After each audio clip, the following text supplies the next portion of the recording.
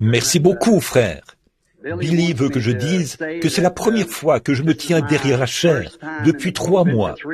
Et je me souviens que la première fois que je l'ai fait venir témoigner, il a dit, « Pour commencer, j'ai peur. » Moi aussi. Ça fait environ 35 ans que je suis dans le ministère, et c'est ma plus longue période d'absence de la chair depuis que je suis dans le ministère. J'avais besoin d'un peu de repos. Alors, frère Mosley et moi et quelques frères ici, nous sommes allés faire une petite partie de chasse. Et nous avons bien récupéré maintenant. Ceci, c'est ma première réunion depuis que je suis, depuis le 1er septembre. Et c'est quelque chose, un ministère, c'est en quelque sorte quelque chose qu'on ne doit pas laisser de côté.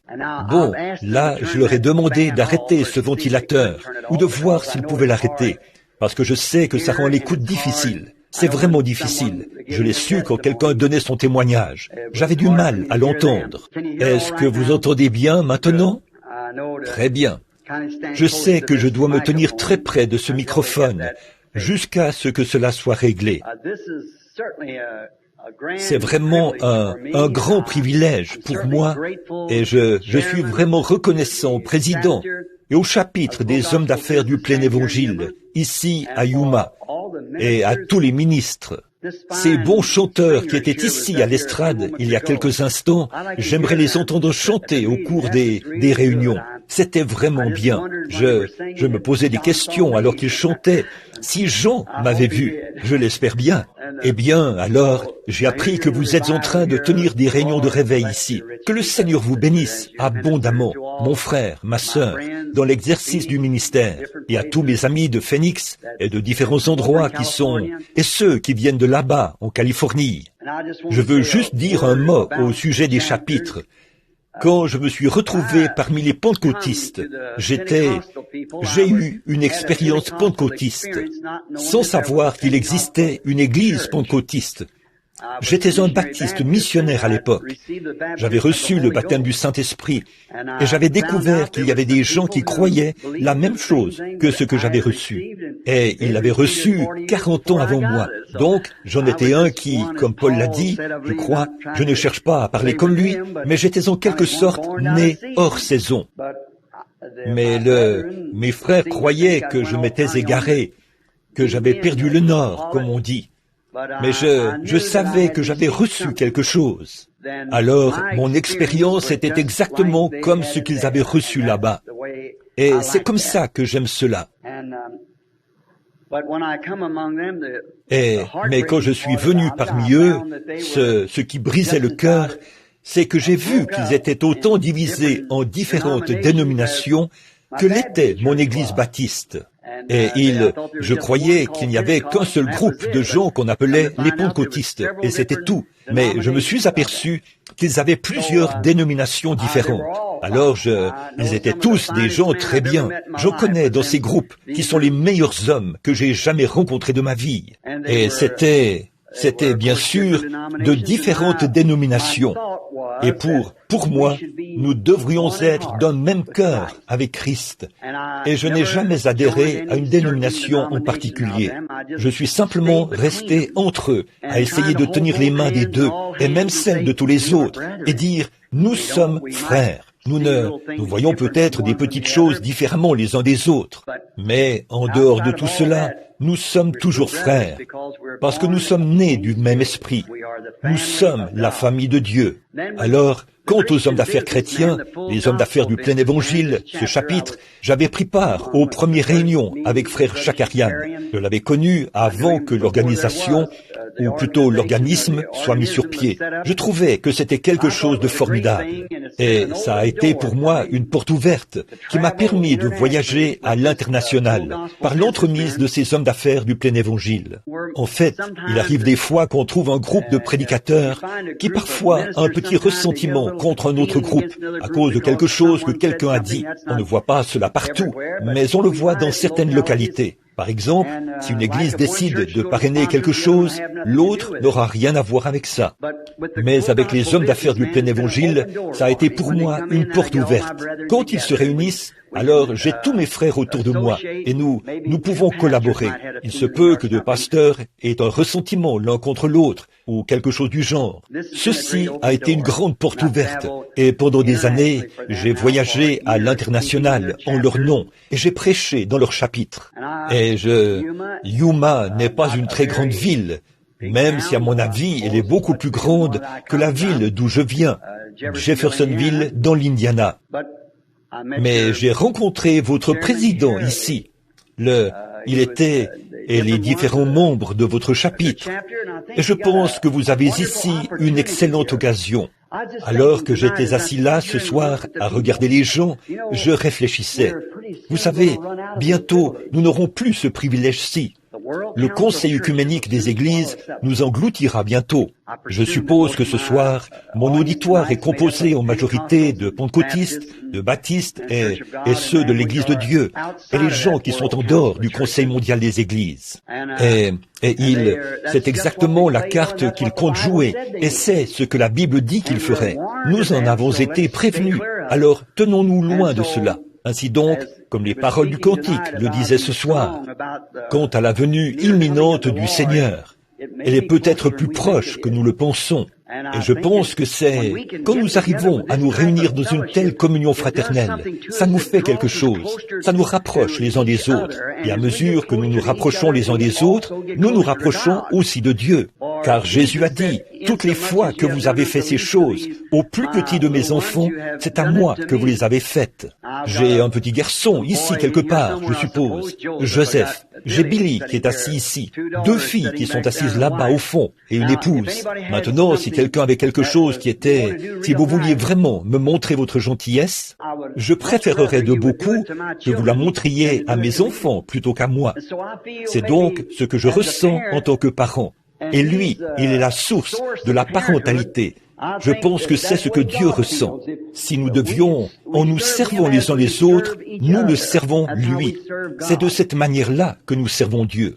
Et sachant que ceci est la vérité, je pense donc que chaque fois que ce chapitre se réunit, puisqu'il est interévangélique, les hommes d'affaires du plein évangile ne prennent position pour aucune doctrine en particulier. Ils prennent simplement position pour le plein évangile. Et si un homme n'est pas d'accord, c'est parfaitement en ordre. C'est en ordre. Nous avons de la communion fraternelle quand même. Alors je pense que ce serait, si je vivais ici, dans cette ville, je crois que quand ce chapitre se réunit, si cela m'était possible, je serais présent et j'encouragerais tout le monde à y aller. C'est vrai, parce que c'est quelque chose qui nous fortifie tous. J'habite à Tucson et je prêche régulièrement dans ce chapitre-là, tout le temps. Et à Phoenix, depuis que je me suis installé en Arizona, je vais à Phoenix chaque fois que j'ai l'occasion de sortir et d'aller à Phoenix, parce que j'essaie d'amener quelqu'un avec moi, d'inviter quelqu'un, d'amener d'autres ministres. Et ils disent, eh bien, voyez-vous, frère Branham, je dis, peu importe ce que vous, allons-y ensemble, venez avec moi, en tant que mon ami. Faites en sorte qu'ils y passent même un petit moment. C'est tout ce que vous avez à faire. Et ce qu'on voit, c'est que le cœur de tout homme soupire après la communion fraternelle. Et c'est ainsi que nous devrions agir. C'est un grand signe du temps de la fin. Que Dieu bénisse ce chapitre. Puisse-t-il subsister jusqu'à ce que le Seigneur Jésus vienne nous emmener dans la gloire. C'est ma prière. Eh bien, je me souviens de mon premier voyage à Yuma. J'étais dans une Ford Model T qui pouvait aller jusqu'à 50 km à l'heure. J'y pensais en conduisant aujourd'hui. Je suis toujours fidèle à la Ford. J'en possède encore une et je n'ai jamais rien eu d'autre que ça. Mais je ne vends pas de Ford. Donc, je n'essaye pas d'en faire la publicité, là. Voyez. Mais je me souviens comment cette Ford, beaucoup d'entre vous, les frères, d'à peu près mon âge, vous vous souvenez de l'ancien modèle T. C'était en 1927. Il fallait vraiment ouvrir les yeux bien grands. Sinon, on ne voyait pas Yuma en y passant. La ville était toute petite et vous avez vraiment pris de l'extension. Mais la façon dont j'atteignais 50 km à l'heure avec ma Ford, c'est qu'elle roulait à 25 km à l'heure dans cette direction-ci et 25 dans cette direction-ci. Donc, mis ensemble, ça me faisait 50 km à l'heure, en comptant les chaos et tout. Yuma s'est développé. Cette glorieuse église, en fait, nous combattons pour cette merveilleuse foi. Merci, frère, quelle que soit la personne qui l'a fait. Elle s'est développée, elle aussi, et nous en sommes reconnaissants. Que le Seigneur vous bénisse tous. Nous espérons que si vous êtes dans les parages ou à proximité de l'une de ces réunions, je dois prêcher au chapitre de Phoenix dimanche prochain et le dimanche suivant, ce sera à Flagstaff. Et le lendemain, lundi, le 21, il y aura un banquet à Tucson. Vous êtes tous invités. Et si le Seigneur le veut, j'aimerais prêcher dans la salle de bal de l'hôtel Westwood Hall, je crois. Quel soir est-ce que ça commence? Dimanche après-midi, le 17, ce sera juste un petit service d'évangélisation. J'espère que ces chanteurs seront là, à l'approche de ce moment, pour nous aider. Et nous y serons donc jusqu'à mercredi. Je pense que c'est dimanche après-midi, et nous le faisons ainsi pour éviter d'interrompre les programmes des églises. Ensuite, lundi, mardi et aussi mercredi, nous serons au West, à l'auberge Ramada. L'auberge Ramada. Et puis, jeudi, nous commencerons au Westward Ho. C'est ça?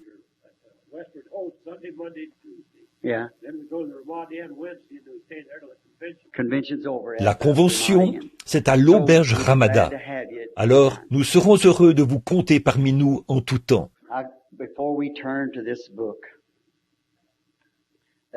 Maintenant, avant de prendre ce livre, courbons la tête un instant et parlons à l'auteur. Maintenant, avec la tête inclinée vers la poussière d'où Dieu nous a pris, et si Jésus tarde, c'est ce que nous redeviendrons un de ces jours. Juste pendant ce bref moment que j'ai passé ici, un message est arrivé de l'Est pour m'informer qu'une petite dame que je connaissais, c'est la petite fille qui s'appelle Edith Wright. Elle est partie rencontrer Dieu cet après-midi à 15 heures. Nous devons y retourner. S'il y a des gens ici qui aimeraient qu'on se souvienne d'eux dans la prière, voudriez-vous simplement lever la main vers Dieu? Que Dieu vous bénisse. Père Céleste, nous avons vraiment apprécié cette belle communion fraternelle, ces chants. Oh, combien j'ai eu le cœur rempli de joie. Quand j'ai entendu ce cantique, Jean m'a-t-il vu? Père, j'espère que nous y serons tous, autant que nous sommes. Alors que nous sommes maintenant inclinés vers la poussière, nous te prions de recevoir nos actions de grâce, notre repentance et nos prières les uns pour les autres. Et maintenant que nous abordons ta parole, la phase sacrée de la réunion, qui semble être plus sacrée que le reste, parce que nous savons qu'en ce moment, nous traitons avec les gens afin de les conduire à une vérité, à Christ et à la parole, qui est Christ. Et nous te prions d'ouvrir la parole pour nous. Nous sommes insuffisants, Seigneur, mais tu es entièrement suffisant. Je te prie donc de bénir nos faibles efforts. Puissions-nous ce soir nous retrouver dans la parole de Dieu et voir notre position. Accorde-le, Père, et nous te donnerons la louange, car nous le demandons au nom de Jésus. Amen. Maintenant, c'est vraiment agréable d'être ici. J'ai ici quelques notes auxquelles j'ai pensé faire référence pendant quelques minutes, puisqu'à mon avis, nous ne sommes pas censés garder cette salle trop longtemps le soir. Et je suis un peu là, parmi les pentecôtistes. Je suis un peu lent, vous savez. Je me souviens, je voulais peut-être raconter, la première fois que j'ai vu un prédicateur pentecôtiste, c'était le révérend Robert Doherty, de Saint-Louis. Je doute que quelqu'un parmi vous le connaisse. Vous avez vu le témoignage de sa petite fille dans le livre. Elle avait été guérie de la danse de Saint-Guy, alors que les médecins l'avaient abandonnée. Et c'est comme ça que j'ai rencontré les premiers pentecôtistes. Et là, je suis allé l'écouter prêcher.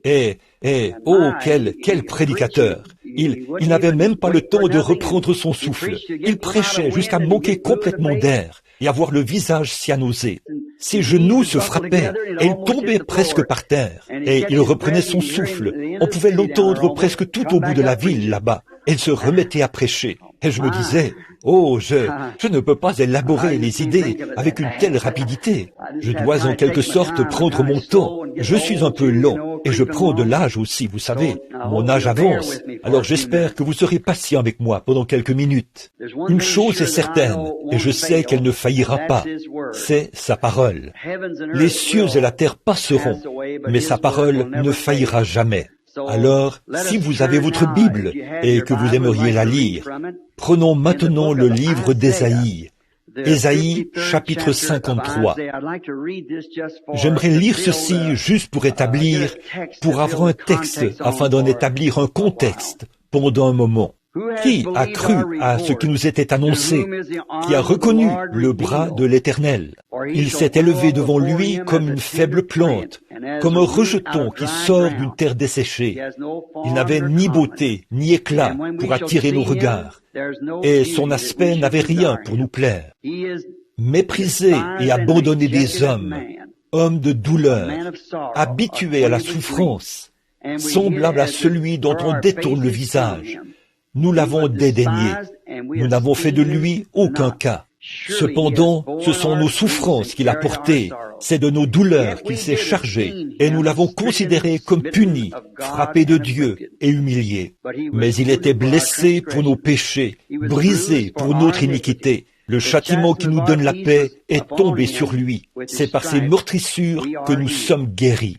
Nous étions tous errants comme des brebis. Chacun suivait sa propre voie. Et l'Éternel a fait retomber sur lui l'iniquité de nous tous. Il a été maltraité et opprimé, et il n'a point ouvert la bouche, semblable à un agneau qu'on a mené à la boucherie, à une brebis muette devant ceux qui l'attendent. Il n'a point ouvert la bouche. Il a été enlevé par l'angoisse et le châtiment, et parmi ceux de sa génération, qui a cru qu'il était retranché de la terre des vivants et frappé pour les péchés de mon peuple? On a mis son sépulcre parmi les méchants, son tombeau avec le riche, quoiqu'il n'ait point commis de violence et qu'il n'y eût pas de fraude dans sa bouche. Il a plu à l'Éternel de le briser par la souffrance. Après avoir livré sa vie en sacrifice pour le péché, il verra une postérité et prolongera ses jours, et l'œuvre de l'Éternel prospérera entre ses mains. À cause du travail de son âme, il rassasiera ses regards. Par sa connaissance, mon serviteur juste justifiera beaucoup d'hommes, et il se chargera de leur iniquité. C'est pourquoi je lui donnerai sa part des grands. Il partagera le butin avec les puissants, parce qu'il s'est livré lui-même à la mort, et qu'il était mis au nombre des malfaiteurs. Parce qu'il a porté les péchés de beaucoup d'hommes, et qu'il a intercédé pour les coupables. J'aimerais dire ceci, juste pour un petit sujet. J'aimerais tirer de là le sujet suivant, le chef-d'œuvre de Dieu identifié. Maintenant, ce serait tout un texte à lire pour en tirer un chef-d'œuvre.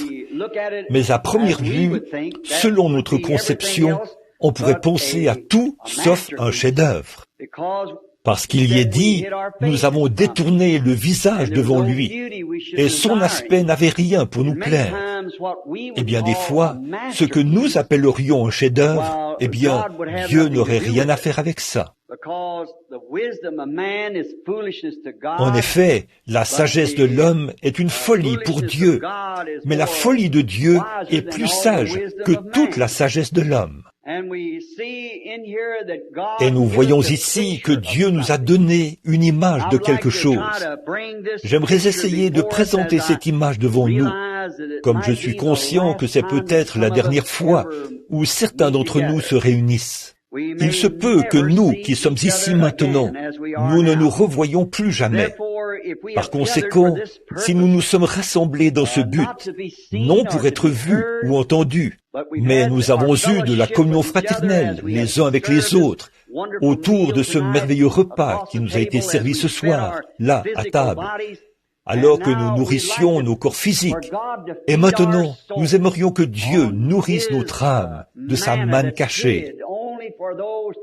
Il n'est permis qu'aux sacrificateurs qui sont entrés dans le sein des saints de manger de sa nourriture.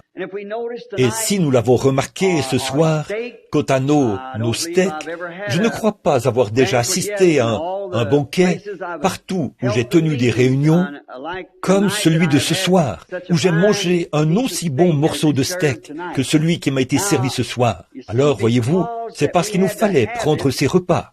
Pour que nous puissions vivre, quelque chose doit mourir, afin que nous puissions apprécier ces moments de communion fraternelle et aussi soutenir nos vies.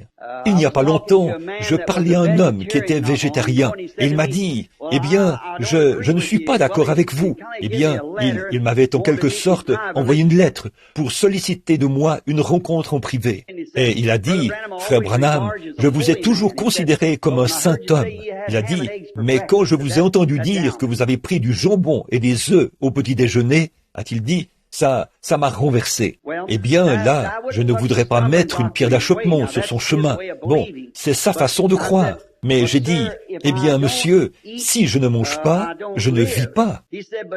Il a dit, mais voyez-vous, vous avez dû manger du porc et tuer un poulet. J'ai dit, monsieur, nous ne vivons que de substances mortes. Peu m'importe ce que vous mangez. Vous mangez des légumes. Si vous mangez du pain, le blé a dû mourir. Si vous mangez du maïs, ce maïs a dû mourir. Si vous mangez des haricots, ce haricot a dû mourir. Peu importe ce que vous mangez, vous ne pouvez vivre au plan physique que si quelque chose meurt, afin que vous puissiez vivre. Alors, peu importe ce que vous faites, même boire du lait, il y a des bactéries, peu importe ce que c'est, vous devez vivre de substances mortes. Si, pour que nous puissions vivre cette vie dans le naturel, il nous faut le faire par des substances mortes, quelque chose devait mourir pour que nous puissions vivre éternellement. C'est Jésus-Christ que Dieu a donné en guise de rançon pour nous. Ainsi donc, quand j'ai rencontré les pentecôtistes pour la première fois, j'étais allé en Californie, qui est juste l'État voisin d'ici, de l'autre côté du fleuve, et j'étais à Los Angeles. Je n'ai pas vécu à l'époque de cette célèbre femme prédicateur, Madame Aimée Semple McPherson. J'ai eu l'occasion de rencontrer son fils, Rolf, un brave chrétien, et sa femme et sa famille. Ce sont vraiment des gens charmants. Le docteur T. Ford et beaucoup de membres du personnel de l'Angelus Temple. C'est là que j'ai prêché à l'occasion du jubilé des pentecôtistes, leur jubilé de 50 ans, il y a quelques années, et j'y ai vraiment passé des moments merveilleux. Alors, par respect pour cette femme qui a montré l'exemple et qui faisait de son mieux pour présenter ce qu'elle avait sur son cœur, je lui ai rendu hommage en me rendant à sa tombe à Forest Lawn. Et alors que je me tenais là, j'ai ôté mon chapeau et j'ai courbé la tête et j'ai rendu grâce à Dieu pour la noble vie de cette petite servante. Par la suite, l'équipe avec laquelle j'étais, un groupe de ministres, m'a demandé si je voulais aller visiter Forest Lawn en entier. Et à l'intérieur de la morgue qui s'y trouve, ou peu importe le nom que vous donnez à ça, je regardais les différentes représentations. J'ai vu la Sainte Seine et je me suis arrêté. Beaucoup d'entre vous l'ont remarqué, quand on fait briller les lumières là-dessus, sur la scène. Vous en avez entendu parler.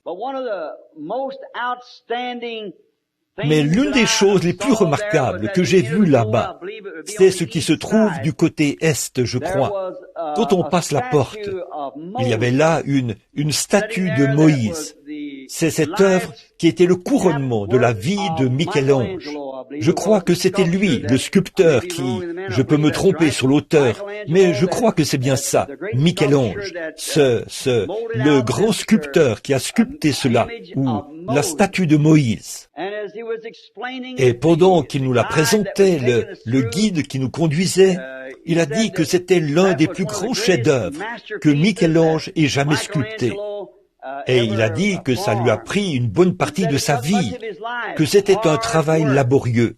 Puis j'ai remarqué quelque chose. Je crois que c'était au genou droit. La statue avait l'air parfaite, lisse. Moïse avait dans la main la table de la loi et il portait une longue barbe.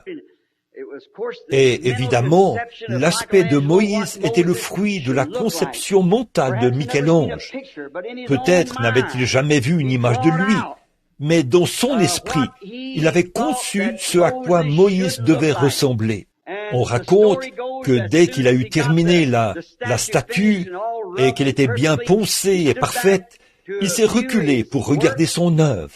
Quand il était emporté par l'inspiration et que ça ressemblait vraiment ce qu'il avait conçu dans sa pensée, il l'avait fait de sa main, comme ça y ressemblait tellement et qu'il avait attendu toutes ces années. Il s'est tellement laissé emporter par l'inspiration qu'il l'a frappé au genou et s'est écrié « Parle ».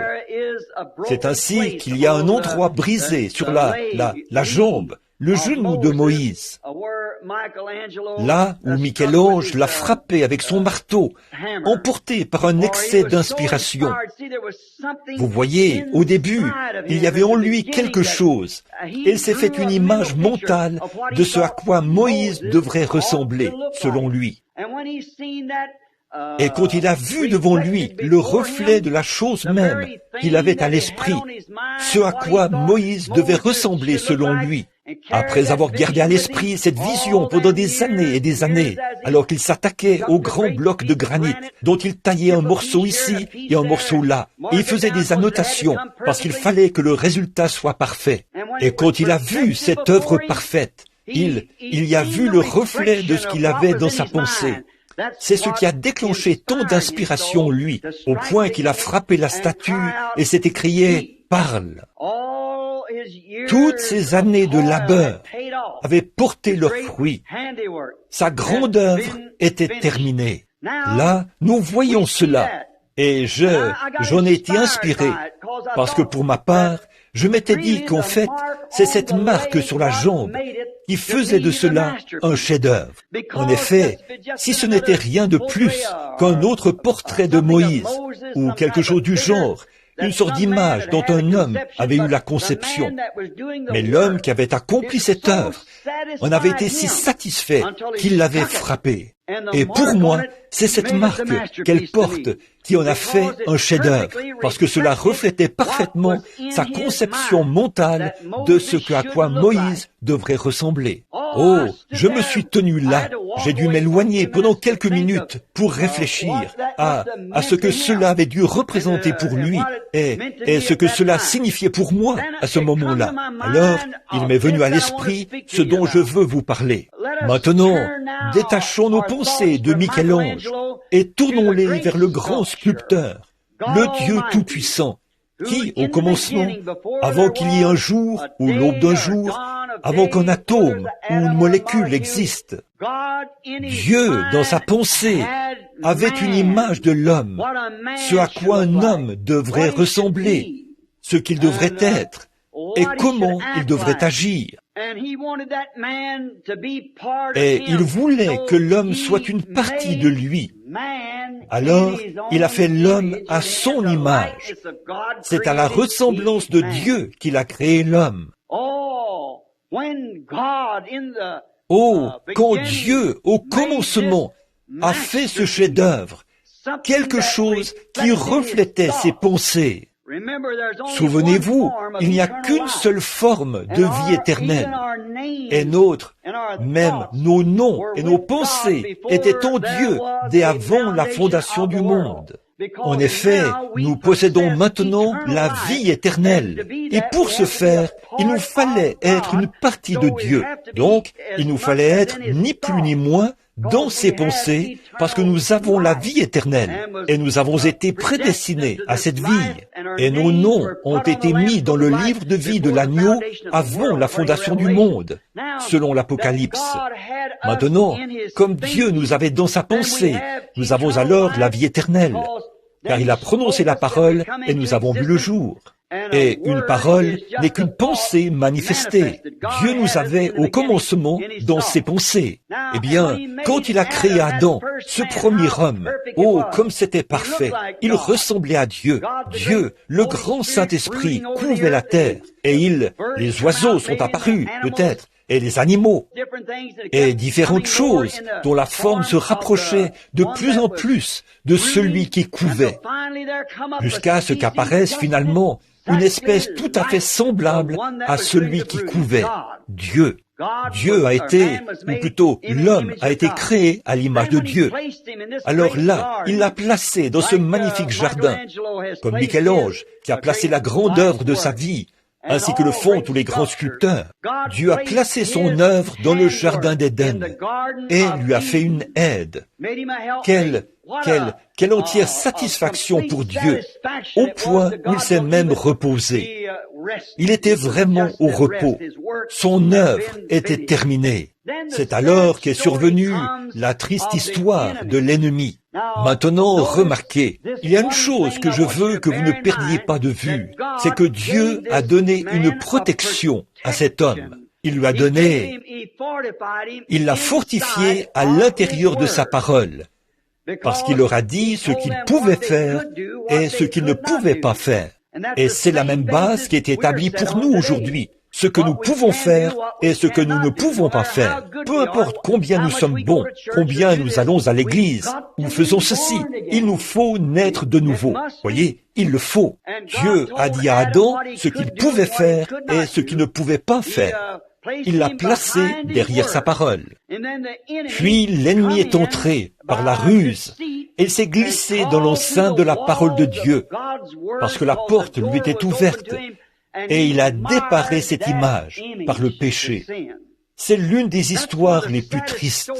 Pensez-y à cet homme qui avait été créé à l'image de son Créateur. Il avait été donné un mur derrière lequel se retrancher, et cette parole ne pouvait jamais faillir. C'est ça, l'espérance du chrétien. C'est son bouclier, c'est son armure, c'est son rocher aujourd'hui. Restez derrière la parole, tous les croyants. Donc, vous ne devez jamais sortir de derrière cela. Quand vous le faites, vous ouvrez la porte à l'ennemi. Quand ils disent, « Oh, eh bien, vous pouvez faire un peu de ceci et un peu de cela. » Dieu veut que vous vous sépariez de tout ce qui est appelé péché, que vous soyez entièrement mis à part pour lui et pour lui seul. Il a un but dans votre vie et dans la vie de chaque individu, et personne d'autre sur la face de la terre ne peut prendre votre place. Dieu a quelque chose pour vous. C'est ainsi que vous avez été conçus. Vous avez été conçus ainsi dans un but. Dieu est souverain dans son œuvre. Il a même, les choses sont différentes. Nous sommes différents les uns des autres. Nous le voyons dans la vie animale. Nous voyons dans la vie animale qu'il y a un animal dont Dieu a fait une bête de somme, le cheval par exemple, et il doit travailler. Et la vache est faite pour le sacrifice. Mais le lion et le tigre vagabondent dans la forêt sans travailler, sans faire quoi que ce soit. Il a créé un grand animal comme l'éléphant, et il a aussi créé un tout petit animal comme la souris. Maintenant, qui peut dire à Dieu quoi faire et comment le faire? Il le fait à sa manière à lui. Et il crée les montagnes, il crée les déserts, il crée les mers, il crée les plaines, il crée des espèces d'arbres, du bois dur, le palmier, et ainsi de suite. Il le fait. Il crée les hommes différents les uns des autres. À chacun de nous, il attribue une place bien précise. Et un palmier ne peut jamais être un hickory. Un hickory ne peut jamais être un palmier. Personne ne peut prendre votre place. Et vous ne devriez pas chercher à prendre la place de quelqu'un d'autre. En effet, aux yeux de Dieu, vous êtes unique et Dieu a un but pour vous. C'est dans ce but qu'il vous a créé. Vous dites, pourquoi l'a-t-il fait? Il est souverain. Il y a une raison pour laquelle il l'a fait ainsi. Mais nous voyons que nous sommes tous gardés par la parole. Nous voyons ces corps célestes qui sont dans le ciel. La Bible dit que même une étoile diffère d'une autre. Il y a Sirius et les autres, et Mars et Jupiter, et tous ces différents corps. Ils sont différents les uns des autres. Le soleil est différent de la lune, et la lune est différente des étoiles. Puis il y a les anges, par exemple. Il y a des séraphins et des chérubins, des anges et de grands anges, selon leur rang. Et même dans le nouveau monde à venir, les rois de la terre apporteront leur honneur dans la ville. Nous serons toujours ainsi. En effet, Dieu n'est pas comme le programme Harmony House de Sears et Roebuck. Il est un Dieu de variété. Il fait l'un d'une manière et l'autre d'une autre manière. Mais nous devons servir Dieu tel qu'il nous a créés, être heureux et rester derrière sa parole. Et c'est ainsi que Dieu a fait les choses. Mais là, nous voyons que l'ennemi s'est faufilé dans la parole, qu'il est allé jusqu'à ceci, jusqu'à cette œuvre de Dieu et l'a déparé. Et c'est exactement ce qu'il est en train de faire maintenant. Il se faufile dans cette œuvre, cet ennemi, pour chercher à faire de nous un conseil mondial des églises. Et l'homme les hommes ne peuvent même pas se mettre d'accord entre eux. Comment pouvons-nous amener le monde entier à se mettre d'accord en faveur d'un seul homme? Et dès que vous faites cela, nous avons quelqu'un avec qui nous devons rester en harmonie. C'est Dieu. Et au commencement était la parole. Et la parole était avec Dieu. Et la parole était Dieu. Et la parole reste Dieu. Et elle sera toujours Dieu. Parce que Dieu est dans la parole. Et la parole a été faite chair. Et elle a habité parmi nous, en la personne du Fils de Dieu. Maintenant, nous voyons qu'après qu'il a constaté ce gros dégât, si cela avait été vous et moi, on se serait attendu à ce que, compte tenu de tout ce temps et de tous ces efforts que nous aurions consacrés, nous renversions le tout et tournions la page. Mais Dieu, non. Il ne voulait pas que son œuvre soit anéantie. C'est ça, l'amour de Dieu. Ce n'est pas étonnant que le poète ait dit « Versez de l'encre dans les ondes, changez le ciel en parchemin, tendez la plume à tout le monde, et que chacun soit écrivain. D'écrire tout l'amour de Dieu ferait tarir les eaux, et le rouleau d'un ciel à l'autre ne serait pas suffisant. » Voyez l'amour de Dieu, après que l'homme était tombé et avait délibérément ouvert la porte à l'ennemi, et qu'il était entré, l'avait déparé et avait installé la mort en lui. Dieu n'a quand même pas voulu que ce soit détruit. Il est descendu et a tout recommencé à zéro. Il allait refaire cet homme. Avec Adam, il avait fait une alliance. Tu feras ceci et non ceci. Ceci et non cela. Ne prends pas, ne touche pas, ne goûte pas. Mais nous voyons que quand il a recommencé, il l'a fait avec Abraham. Et avec Abraham, il a fait une alliance inconditionnelle.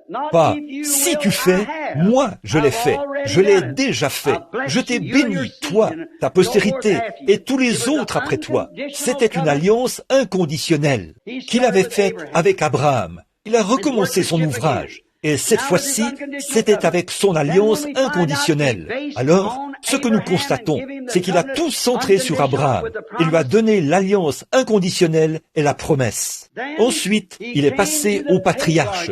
Nous le verrons par la suite, dans l'Ancien Testament, au fur et à mesure que nous avancerons. Avec eux, il a posé le fondement de son œuvre. Là, nous avons Abraham, Isaac, Jacob, Joseph. Les 4 patriarches. Or, Abraham représentait l'œuvre de la foi, parce qu'avec Abraham, c'était la foi. Il avait une grande foi, car il ne douta point, par incrédulité, au sujet de la promesse de Dieu, alors que rien ne va plus, pour ainsi dire, et que tout était contre lui. Il continuait de s'attacher fermement à Dieu. Ensuite, nous avons Isaac, le fils bien-aimé, qui représentait l'amour, parce que, Abraham étant un type de Dieu, dans Genèse 22, alors qu'Isaac allait être offert en sacrifice, nous voyons qu'il a transporté le bois jusqu'à la colline. Tout cela représentait Christ et le préfigurait. Puis le bélier est apparu et a été offert à sa place.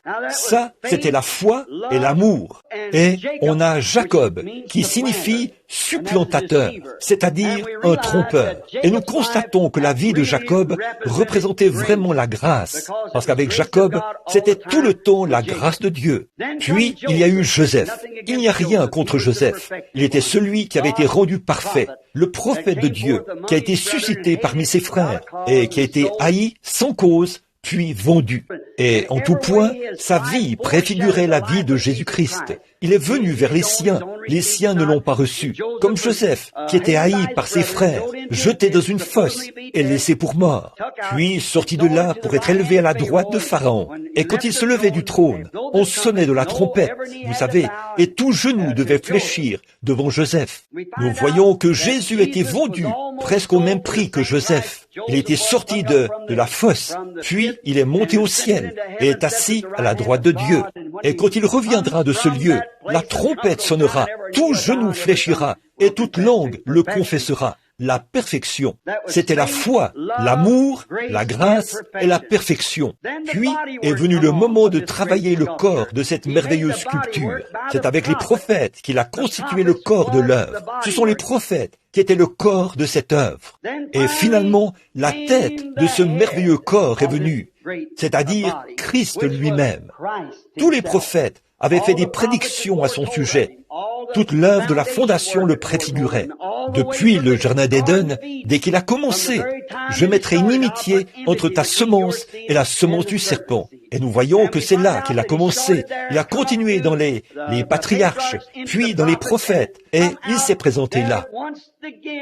Et de nouveau, il a vu son propre reflet. Quand un homme est né sur la terre, du sein d'une femme, c'était le chef-d'œuvre de Dieu. C'était le Fils de Dieu, Jésus-Christ. Il l'était pour la simple raison qu'il était parfaitement la parole. Au commencement était la parole, et la parole était avec Dieu, et la parole était Dieu, et la parole a été faite chair, et elle a habité parmi nous. Donc, en lui, nous voyons le reflet d'un chef-d'œuvre parfait. Il était si parfait, comme Dieu, qu'il a dit, « Si je ne fais pas les œuvres de mon Père, ne me croyez pas. » Bien que vous ne pouvez pas me croire, croyez aux œuvres, car ce sont elles qui vous rendent témoignage de qui je suis. J'aime ça. Voyez, il a dit, « Si vous ne me croyez pas. » Il disait, « Tu es un homme, tu te fais égal à Dieu. » Il a dit, « Si vous ne pouvez pas me croire, croyez aux œuvres que je fais. Et si je ne fais pas les œuvres de celui qui m'a envoyé, alors vous n'avez pas le droit de me croire. » De même, chaque chrétien aujourd'hui devrait avoir ce même témoignage. Si dans cette parole promise de Dieu, si nos vies ne remplissent pas les conditions requises et ne correspondent pas exactement à ce que la parole dit, alors nous n'avons pas le droit de nous faire appeler des chrétiens si nous ne sommes pas nés de nouveau. Jésus a dit dans Marc 16, « Voici les signes qui accompagneront ceux qui auront cru. » Voyez, pas qui pourraient, qui devraient, qui le feront probablement. Ils les accompagneront. Il s'agit là du sculpteur qui nous a façonnés. Il s'agit là de l'Église qui a été taillée. Il s'agit du corps de Christ. Nous voyons donc que cela le reflétait parfaitement. Maintenant, le sculpteur avait fait en sorte que la parole se reflète de nouveau dans le chef-d'œuvre appelé son Fils, Dieu Emmanuel. Pensez-y que cette personne s'est tellement abandonnée à Dieu que Dieu s'est identifié là, dans ce corps, et il est devenu, lui et Dieu sont devenus un. Moi et mon Père, nous sommes un. Mon Père habite en moi. Je fais toujours ce qui est agréable au Père. Qu'en serait-il si le chrétien d'aujourd'hui pouvait avoir un tel témoignage? Vous seriez un chef-d'œuvre, ici même, à Yuma, dans la rue. Si vous êtes une blanchisseuse, là-bas, derrière votre bassin de lavage, vous serez tout de même un chef-d'œuvre pour Dieu. Si vous pouvez dire, je fais toujours ce qui est agréable à Dieu, et que le monde entier peut voir là l'œuvre de Jésus-Christ se refléter en vous. On raconte au sujet de l'or autrefois, avant l'avènement de la fonderie. Autrefois, on prenait de l'or et on le battait. C'est ce que faisait le batteur. Les Indiens, dans l'ancien temps, quand l'Arizona était à ses débuts, on battait l'or jusqu'à ce que le batteur voie son propre reflet dans l'or. On le battait pour le débarrasser totalement de la pyrite, des impuretés, de la saleté, jusqu'à ce que le batteur puisse voir son propre reflet, comme dans un miroir, à force de le battre. Eh bien, c'est ce que fait l'Évangile. Bon nombre de gens n'aiment pas qu'on les reprenne, qu'on les batte. Eh bien, ce qu'il faut à l'Église ce soir, c'est une bonne vieille raclée du Saint-Esprit qui débarrasse du monde et des choses du monde. C'est ce qu'il faut aux pentecôtistes ce soir. C'est ce qu'il faut à nos mouvements ce soir. Une bonne raclée à l'ancienne mode, la manière de l'or que l'on retourne et l'on bat jusqu'à ce que nous soyons totalement débarrassés du monde et que nous reflétions Jésus-Christ. Si j'amène cette poignée de personnes qui sont ici ce soir à se donner entièrement à Christ et à consacrer leur vie à Christ, je peux faire plus avec cette poignée de gens, ou plutôt Dieu peut faire plus avec cette poignée de gens qu'on le pourrait avec l'ensemble du conseil œcuménique des églises à l'égard du royaume de Dieu. Tout ce dont Dieu a besoin, c'est qu'un homme s'abandonne entièrement entre ses mains. Mais voyez-vous, nous ne voulons pas rester bien tranquilles et le laisser battre ce côté-ci, ce côté-là, nous débarrasser de ceci, nous débarrasser de cela, nous débarrasser de cette idée-ci et de celle-là, et laisser Jésus-Christ se refléter en nous. Nous voyons trop de films, nous avons trop de télévision, nous avons trop d'autres divertissements mondains. C'est au point où les gens ont perdu le goût de l'Église. C'est parce que le Saint-Esprit est parti et que quelque chose d'autre est entré. C'est vrai, mes amis. J'entends les témoignages des pentecôtistes à l'ancienne mode au sujet des réunions de prière qu'ils avaient toute la nuit. Il y a 40 ou 50 ans, nos pères et nos mères priaient toute la nuit. Les gens les détestaient dans la rue. Et aujourd'hui, nous pensons que si tout le monde ne nous passe pas la main dans le dos, c'est qu'il y a quelque chose qui cloche chez nous. Malheur, lorsque tous les hommes diront du bien de vous. Il a été méprisé et rejeté des hommes, et nous sommes à son image. Amen. Ce qu'il nous faut aujourd'hui, ce sont de vraies réunions de prière, des réunions de prière authentiques, un nettoyage de la chair jusqu'au concierge. Toute la maison de Dieu doit être nettoyée, battue, afin de refléter l'image du batteur, et que l'évangile soit prêché de la puissance de la résurrection de Christ. C'est vrai, ce petit évangile social que l'on présente, puis on passe la main dans le dos de celui-ci et on fait de celui-ci un diacre et de celui-là un surveillant ou quelque chose du genre. C'est juste de la politique. N'est-ce pas là exactement ce qui s'est passé à Nicée, à Rome? Nous devons nous éloigner de ce genre de choses.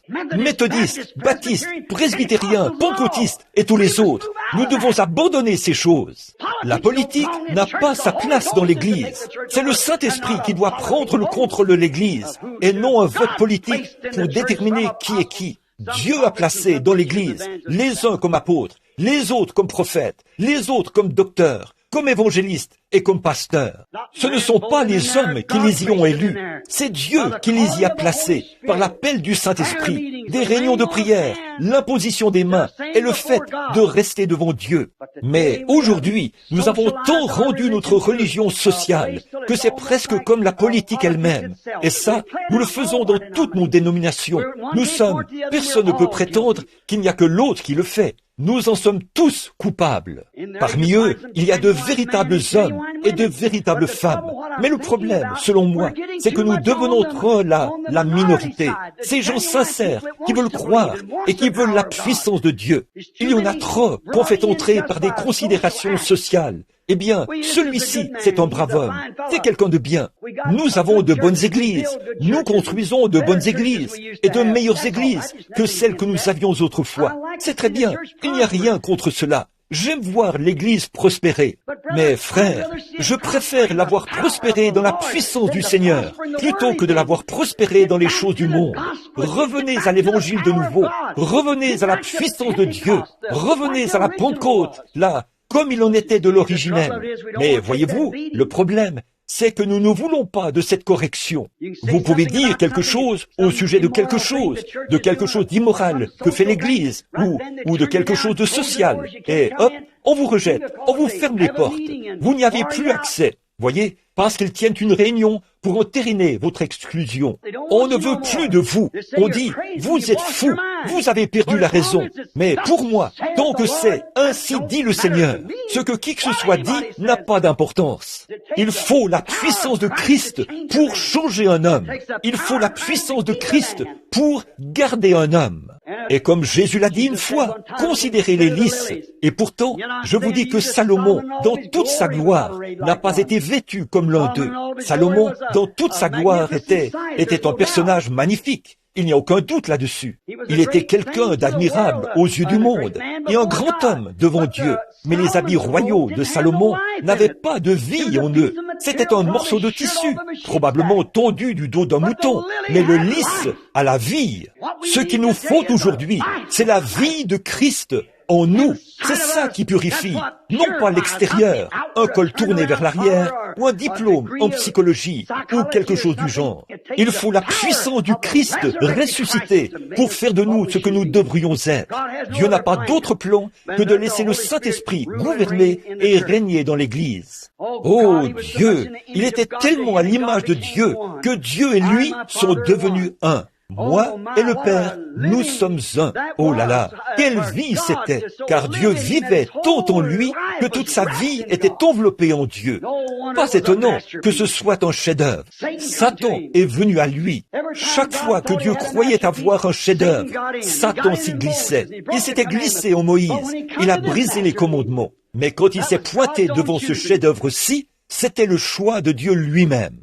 Amen. Dieu l'avait prédestiné. Ça n'a pas bien tourné pour lui. Il est resté fidèle à Dieu. Et là, Dieu l'a regardé et a vu qu'il avait été tenté pendant 40 jours dans le désert, comme Moïse. Évidemment, tous ces hommes le préfiguraient. La loi avait été brisée. Mais quand Satan, le grand tentateur, est venu et qu'il a essayé de le tenter, il s'est rendu compte que là, ce n'est pas à Moïse qu'il avait affaire. Non, monsieur, il s'est heurté à une puissance de 5000 volts qui lui a brûlé les ailes quand il s'est jeté sur celui-là. Il est écrit, a-t-il dit. Voyez, Adam était tombé, mais Jésus, le second Adam, ce chef-d'œuvre qui était venu en tant que rédempteur, il a dit, il est écrit, l'homme ne vivra pas de pain seulement, mais de toute parole qui sort de la bouche de Dieu. Là, il avait un chef-d'œuvre. Oui, monsieur, il a dit une autre chose. Il a dit, il est aussi écrit, tu ne tenteras point l'Éternel ton Dieu. Retire-toi, Satan. Là, c'était un chef-d'œuvre. Qu'a-t-il fait? Il n'a pas dit, je vais en parler à mon église. Je vais demander aux surveillants de faire telle et telle chose. L'évêque fera telle et telle chose. Il a dit, il est écrit. C'est derrière cela qu'il avait placé son premier Adam. Il est tombé et Satan l'a déparé. Mais il ne pouvait pas déparer celui-ci. Peu importe comment il allait procéder. À tel point Dieu a dit, celui-ci est mon fils bien-aimé. Écoutez-le. Tout, je lui remets toutes choses. Vous, écoutez-le. Ils étaient un. Ils étaient le même être. Dieu vivait en lui, faisant de lui Dieu, Emmanuel, sur la terre. Il était un agneau parfait. Oh, le chef-d'œuvre parfait de la rédemption. Alors Dieu était satisfait, exactement comme Michel-Ange. Il était tellement inspiré par sa vie. Nous voyons j'ai noté ici quelques passages de l'Écriture, Marc 9, 7, si vous voulez le lire, quand c'est à la montagne de la transfiguration. Pendant qu'il était là-haut, sur la montagne de la transfiguration, nous voyons que Moïse est apparu et qu'Élie est apparu. Et tout à coup, l'apôtre Pierre a été tellement saisi par l'inspiration qu'il a dit, dressons ici 3 tentes. Nous allons former 3 organisations avec ceci. Nous allons former 3 dénominations, une pour Moïse, une pour Élie et une pour toi. Comme il parlait encore, une voix s'est fait entendre de la nuée. En ces mots, celui-ci est mon fils bien-aimé. Je suis tellement satisfait de lui que je vais le frapper. Pour vous, écoutez-le.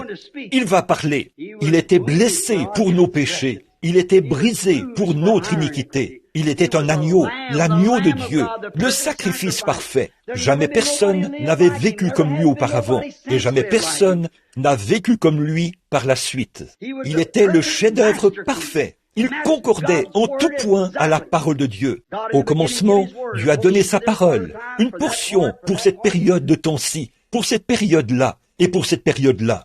C'est là que les hommes sont tant confus et séduits aujourd'hui. Ils essaient de bâtir sur quelque chose qui s'est produit il y a 40 ou 50 ans.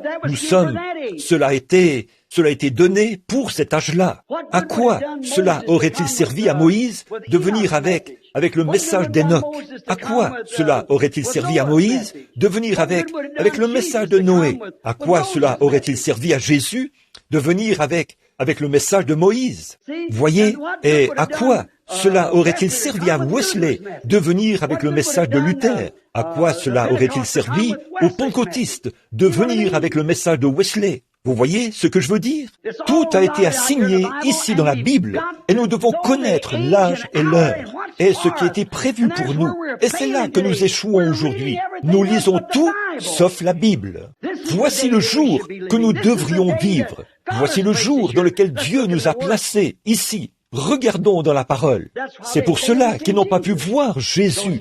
Ces pharisiens, ces sadducéens et ces hérodiens, les différentes organisations de l'époque, avaient tellement bien ficelé les choses. Tout était si parfaitement ficelé qu'il n'y avait aucun moyen d'y échapper. selon eux.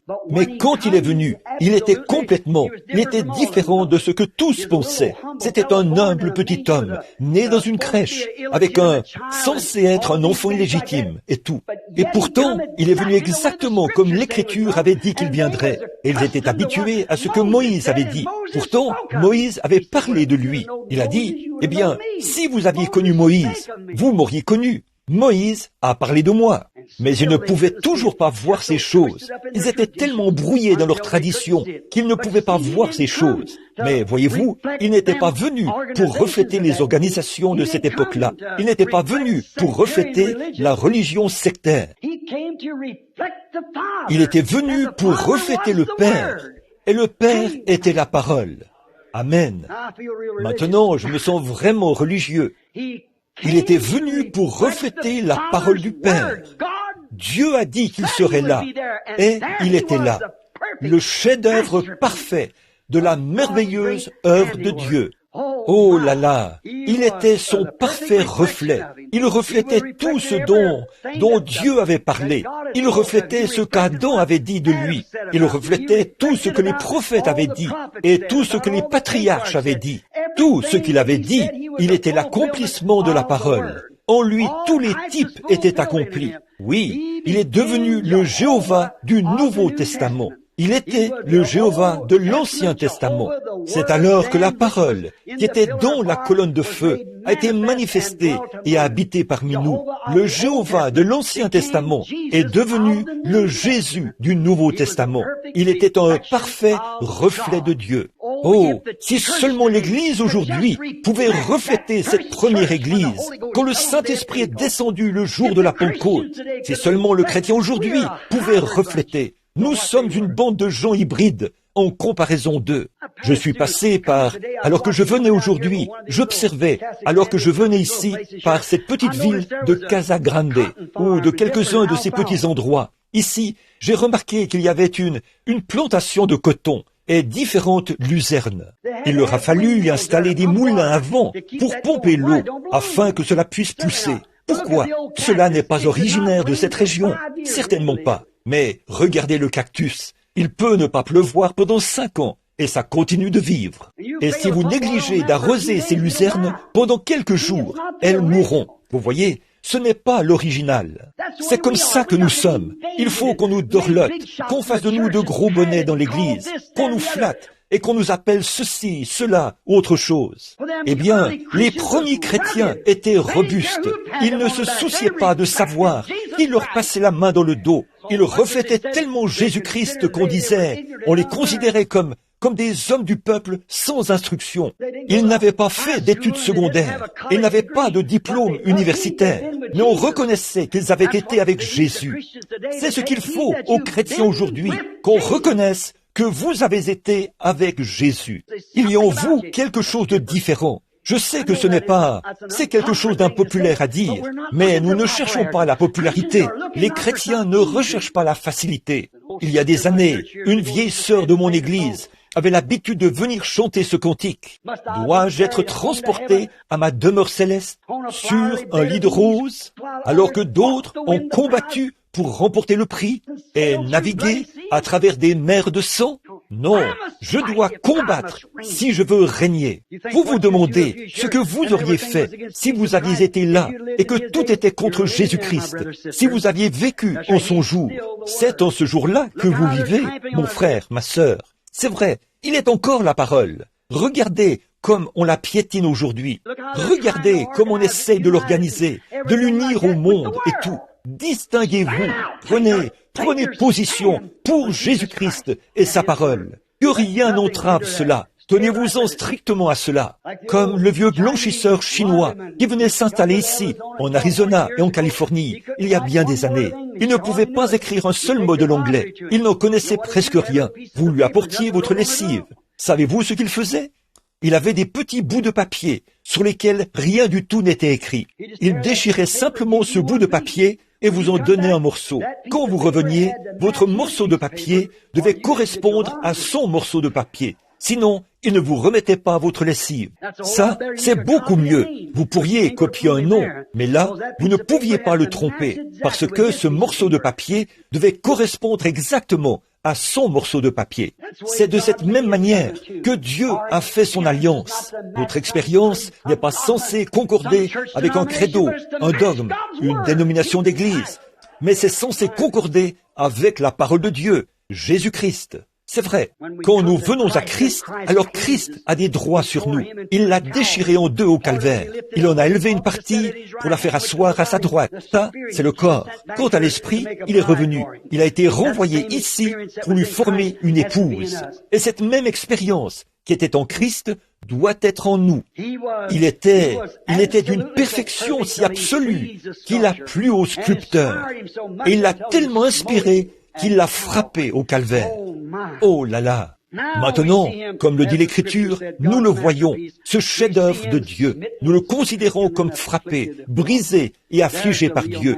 Voilà le vrai chef-d'œuvre, comme Michel a frappé le sien. Ce qu'on a fait, s'il n'avait cherché qu'à mener une bonne vie, il aurait été comme certaines des personnes qui prêchent l'évangile social aujourd'hui. Il était prophète, mais il était plus qu'un prophète. Il était Dieu. Il était Emmanuel. Ainsi donc, selon moi, ce qui fait clairement de lui le chef-d'œuvre pour moi et pour vous, c'est parce que Dieu l'a frappé. Il l'a frappé au calvaire. S'il n'avait pas été frappé, peu importe combien de morts il avait ressuscité, combien merveilleuses étaient ses prédications, combien glorieuse était sa vie, ce qu'il professait être, c'est là qu'il a été confirmé.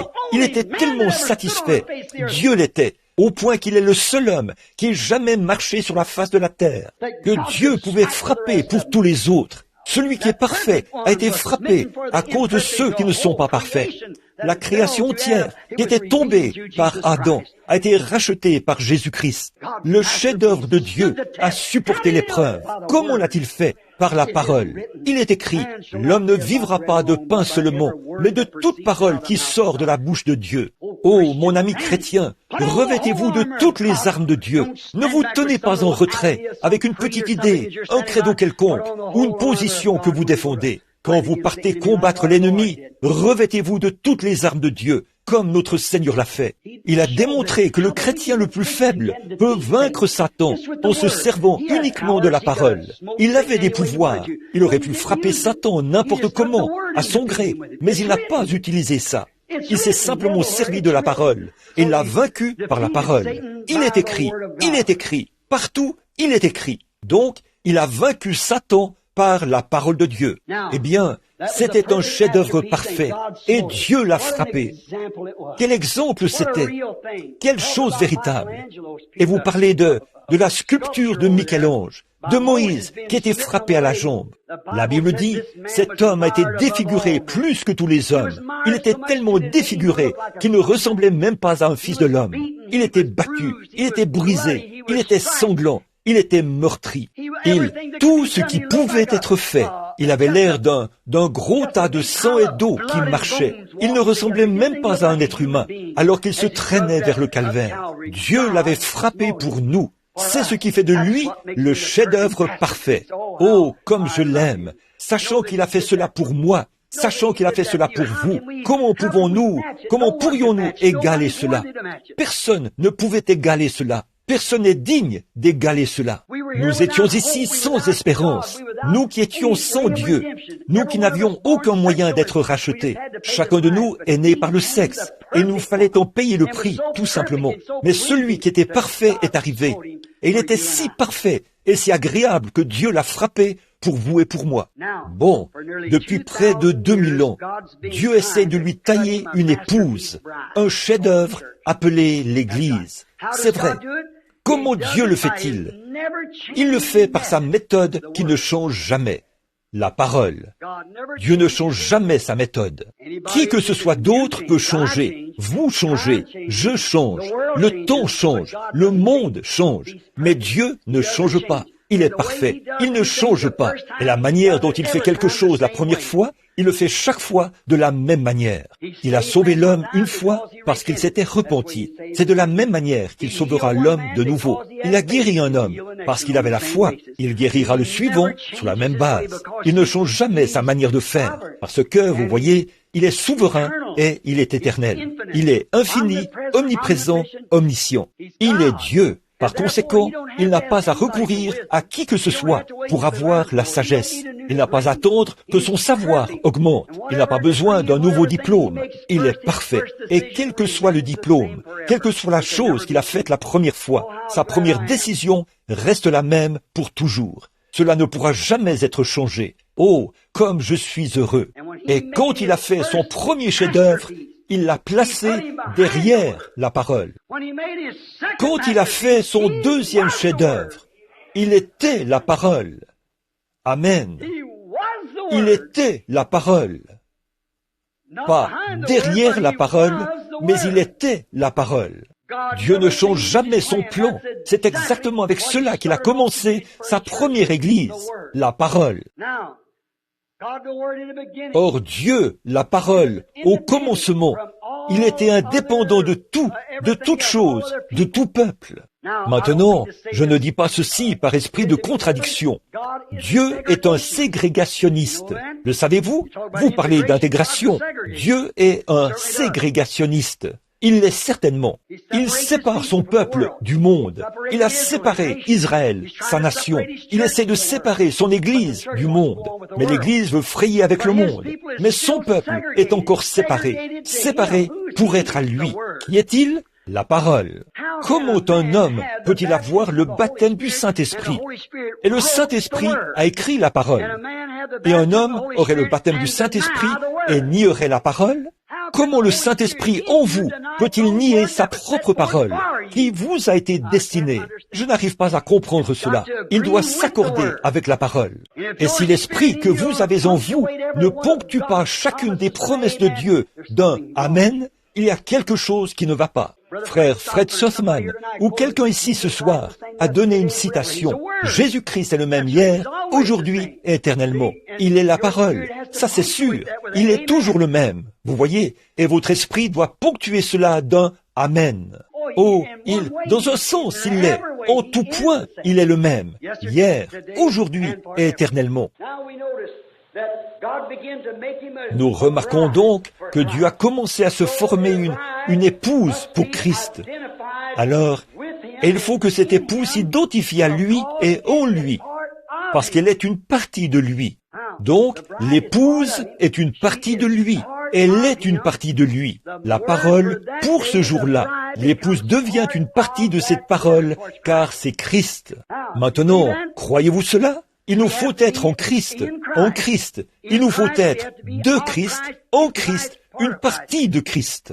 Qu'en est-il d'une femme quand elle épouse un homme, ou quand un homme épouse une femme? Il faut que cette femme devienne une partie de lui. Ils ne sont plus deux, ils sont un. Et quand Dieu et Christ sont devenus un, ils étaient un. Car Dieu était la parole, et la parole a été faite chair. La chair et la parole sont devenus un. Et quand l'Église devient l'épouse de Christ, elle et les évangiles sont une seule et même chose. Alors, comment pouvez-vous dire, les jours des miracles sont passés? Alors, comment pouvez-vous dire, il n'est pas le même, hier, aujourd'hui et éternellement? Comment pouvez-vous dire, ces choses n'étaient que pour les apôtres, ou les disciples, ou des gens d'une autre époque? Alors que vous êtes une partie de lui, alors qu'il a dit, les cieux et la terre passeront, mais ma parole ne faillira jamais. Qu'en est-il d'Apocalypse 22? Quand il a eu fini d'écrire le livre, il a dit, je déclare que si quelqu'un ajoute un mot ou en retranche un mot, sa part sera retranchée du livre de vie. Comment parviendrons-nous au ciel alors que nous disons, eh bien, je crois ceci, mais je ne crois pas cela? Il vous faut être la parole dans sa plénitude, car vous êtes une partie de lui. C'est ainsi que Dieu essaie de former son Église aujourd'hui, pas par un credo. Et ils essayent de nous imposer cela, les amis. Vous pouvez voir cela venir. L'Écriture est sur la muraille. Avant longtemps, nous formerons une Église mondiale. Et chaque Église sera obligée d'en faire partie ou d'en subir les circonstances. Eh bien, êtes-vous prêt à supporter cela? Vous feriez mieux de ne pas le faire simplement parce que vous pensez que c'est la bonne chose à faire. Vous feriez mieux d'avoir Christ en vous, parce que cette parole est éternelle, et c'est cette parole qui vous ressuscitera. Vous devenez une partie de cette parole. Vous vous identifiez à la parole. Aujourd'hui, vous dites, je suis chrétien. De quelle dénomination faites-vous partie? Eh bien, ça n'a absolument rien à voir avec le christianisme. Il n'y a pas de mal à avoir des dénominations. Je ne suis pas contre ça, mais vous voyez, c'est ce que les gens sont. Beaucoup de gens disent que je démolis les dénominations, que je leur donne des coups de pied. Ce n'est pas ça. Non, monsieur. Les dénominations, c'est très bien. C'est comme des contrats de travail ou des choses du genre. Mais quand vous vous accrochez à cela et que vous dites « Je suis chrétien parce que je fais partie de telle et telle église », ça ne veut rien dire. Vous devez faire partie de Christ et Christ est la parole. Et bien des fois, ces dénominations sont aussi éloignées de la parole que l'Est est éloigné de l'Ouest. Pour être l'épouse, vous devez vous en tenir à la parole. Si vous êtes dans l'épouse, vous êtes dans la parole, et la parole est en vous, et la parole qui reflétait Dieu à travers Christ reflète le même Dieu à travers vous. Amen. Amen signifie qu'il en soit ainsi. Alors, qu'il en soit ainsi. Je crois que c'est la vérité. Vous devez vous identifier à lui. Eh bien, pour que je sois un véritable et authentique Américain, pour que je sois un vrai citoyen de cette nation, je dois m'identifier à elle. Je dois assumer tout ce qu'elle a jamais été, bon ou mauvais. Il faut que je sois tout ce qu'elle est, bon ou mauvais. Tout ce qu'elle sera, bon ou mauvais.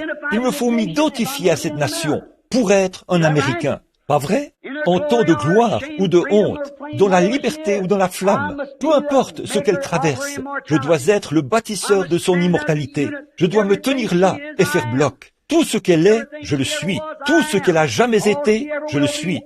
Tout ce qu'elle sera, je dois en être un participant. C'est vrai. Pensez-y un instant. Alors, pour ce faire, en tant qu'Américain, je vais vous le montrer, de sorte que vous soyez certain de saisir cela, alors que je termine. Pour que je sois un Américain, il faut que je m'identifie à tout ce que ce pays a jamais fait. Ainsi, j'ai débarqué à Plymouth Rock avec les ancêtres. J'étais à Plymouth Rock avec les pèlerins. J'étais avec eux là-bas. J'ai chevauché avec Paul Revere un soir pour avertir cette nation des dangers qui la guettaient. J'ai dû y être. Si je suis un Américain, vous dites, « Oh, frère Branham, attendez un instant. La Bible dit dans Hébreux chapitre 7, ceci, « Lévi, qui perçoit la dîme, l'a payé, car il était dans les reins d'Abraham lorsque Melchisédek est allé au-devant d'Abraham, son arrière-grand-père. Et cela lui était imputé. Quand son arrière-petit-fils était dans ses reins, quand Abraham a payé la dîme à Melchisédek, Dieu l'a compté. » L'a-t-il fait? C'est vrai. Peu importe ce qu'est cette nation, je le suis. C'est vrai. Alors j'ai débarqué à Plymouth Rock. J'ai chevauché avec Paul Revere. J'ai traversé Valley Forge. J'étais dans cette rivière glacée avec George Washington. J'étais l'un de ces soldats américains qui n'avaient pas de chaussures quand ils ont marché contre les Britanniques. J'avais les pieds gelés ce matin-là. Quand je me suis enveloppé les pieds, j'ai vu Washington sortir des régions sauvages, trempé jusqu'à la ceinture, du fait d'avoir prié toute la nuit. J'étais là quand ça s'est produit. Je me suis tenu aux côtés de Stonewall Jackson, quand l'opposition était très forte, quand les armées du Nord ont été envoyées là-bas. Elles ont dit, toutes les armées ont battu en retraite. On a dit, où est Jackson? Ils ont répondu, il est là, debout, comme un mur de pierre. Je me suis tenu là avec lui, un petit homme aux yeux bleus.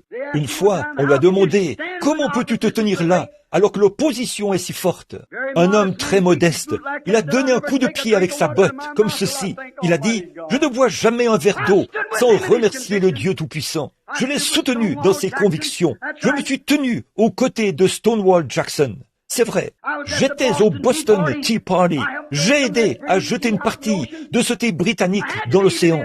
Il le fallait pour que je sois un Américain. Oui, monsieur.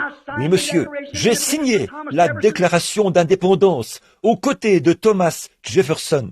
J'ai sonné la cloche de la liberté le 4 juillet 1776. Je m'identifie à sa honte lors de la Révolution, quand un frère luttait contre son frère et un père contre son fils. Je dois m'identifier à sa honte, de même que je m'identifie à sa gloire. C'est tout à fait vrai. J'étais sur Wake Island quand tous ces soldats ont perdu la vie. Je les voyais tomber. Je les ai vus quand ils se sont emparés de Wake Island. J'ai aidé à hisser le drapeau sur Guam. Certainement, tout ce qu'elle était et tout ce qu'elle a jamais fait, tout ce qu'elle est maintenant, je dis fièrement que je suis une partie d'elle, parce que je suis heureux d'être américain. Pas vous? Pour que je sois un chrétien, je dois faire pareil. Alléluia! Oui, monsieur. Si je suis un chrétien, alors j'ai prêché l'évangile avec Noé et j'ai averti les gens du jugement à venir. Oui, monsieur. J'étais de leur nombre à cette époque-là. Je faisais partie de l'économie de Dieu. J'étais avec Moïse au buisson ardent. J'avais été chassé de l'Égypte avec Moïse. Je m'étais enfui dans le désert et j'étais avec lui au buisson ardent. J'ai entendu sa voix. J'ai vu sa gloire. J'ai vu la colonne de feu dans ce buisson là-bas parler à Moïse. J'étais avec lui à la mer Rouge quand elle s'est ouverte. J'ai vu la colonne de feu s'établir sur le mont Sinaï. J'ai mangé la manne dans le désert et j'ai bu au rocher frappé. Alléluia! Je n'ai pas l'impression d'avoir 55 ans en ce moment. Amen. Oui, monsieur. J'ai mangé de la manne dans le désert avec les enfants hébreux là-bas dans le désert. Et j'ai bu à ce même rocher frappé. Je me suis tenu avec Josué ce matin-là, alors qu'il regardait les murailles de Jéricho, et qu'il a vu un homme qui se tenait là. Il a tiré son épée, il a couru à sa rencontre. Il a dit, « Es-tu des nôtres ou es-tu du côté de notre ennemi ?» Il a dit, « Je suis le chef de l'armée de l'Éternel. » J'ai vu Josué jeter son épée par terre. Je me suis agenouillé avec Josué quand je me suis prosterné devant lui, le chef de l'armée de l'Éternel. J'ai vu s'écrouler les murailles de Jéricho au son de la trompette. J'ai vu Josué dire, « Soleil, arrête-toi, et toi, lune, arrête-toi sur Ajalon, ne bougez pas. » J'ai vu le soleil s'arrêter et la lune ne pas manquer de donner sa lumière. J'ai vu tout cela se produire. J'étais avec Daniel dans la fosse aux lions, avec les enfants hébreux dans la fournaise ardente. J'étais avec Élie là-bas quand le monde entier l'a rejeté, y compris Akab et toutes leurs Jézabel, aux cheveux coupés et tout ce qu'il y avait à cette époque-là, leurs phares, leurs poudres, toutes les choses qui s'étaient emparées de l'Église. Je me suis tenu avec Élie, je l'ai proclamé le message pur, sans tache de la parole de Dieu. Alléluia! Je me suis tenu à ses côtés sur la montagne du Carmel quand il était tout seul là-bas. Je l'ai vu prier jusqu'à faire descendre le feu du ciel. J'étais avec David quand il a tué Goliath. Gloire à Dieu! Eh bien, si je suis un chrétien, je m'identifie à tout cela. Je dois être une partie de cela. Oui, monsieur. J'ai prophétisé avec Ésaïe en son jour. J'étais avec Jean au Jourdain quand il a vu la colombe descendre sur lui. Je me suis tenu aux côtés de Jean au Jourdain. Je l'ai vu guérir les malades, ressusciter Lazare, ramener à la vie la fille de Jaïrus après qu'elle était morte. J'ai vu cela. Je m'identifie à lui dans sa mort. Je suis mort avec lui quand il est mort au calvaire. Et je suis ressuscité avec lui le matin de Pâques, de la puissance de sa résurrection. Je suis un témoin de cela ce soir. Je suis mort avec lui au calvaire et je suis ressuscité avec lui à Pâques. Alléluia! Pour que je sois une partie de lui, je dois m'identifier à lui. Je me suis identifié à lui dans sa mort. Je me suis identifié à lui dans sa souffrance. Je me suis identifié à lui quand les dénominations l'ont rejeté. Je me suis identifié à lui quand ils l'ont chassé du temple, quand ils ont cherché à jeter, à se débarrasser de lui. J'étais là avec lui. J'étais avec lui dans sa mort. Je suis ressuscité avec lui lors de sa résurrection. Et j'étais avec les 120 quand ils sont montés dans la chambre haute. Oui, monsieur. J'ai été témoin de ce vent impétueux qui est venu du ciel. J'ai parlé en langue avec les oins le jour de la Pentecôte. Alléluia! J'étais là parce que je m'identifie à lui. Gloire à Dieu! C'est vrai, j'ai prêché avec Pierre dans Acte 2. Oh, j'ai prêché avec lui là-bas. J'ai prêché avec Paul à l'Aréopage, devant les critiqueurs. Oui, monsieur, il fallait que j'y sois. J'étais avec Jean dans l'île de Patmos. J'ai eu la vision de sa venue. J'ai vu Luther. J'étais avec lui pendant la Réforme. J'étais avec Wesley. Et maintenant, je suis ici, à Yuma, en Arizona. Alléluia! Je m'identifie ce soir, ici, au motel Stardust. Un groupe de gens qui croient la même chose.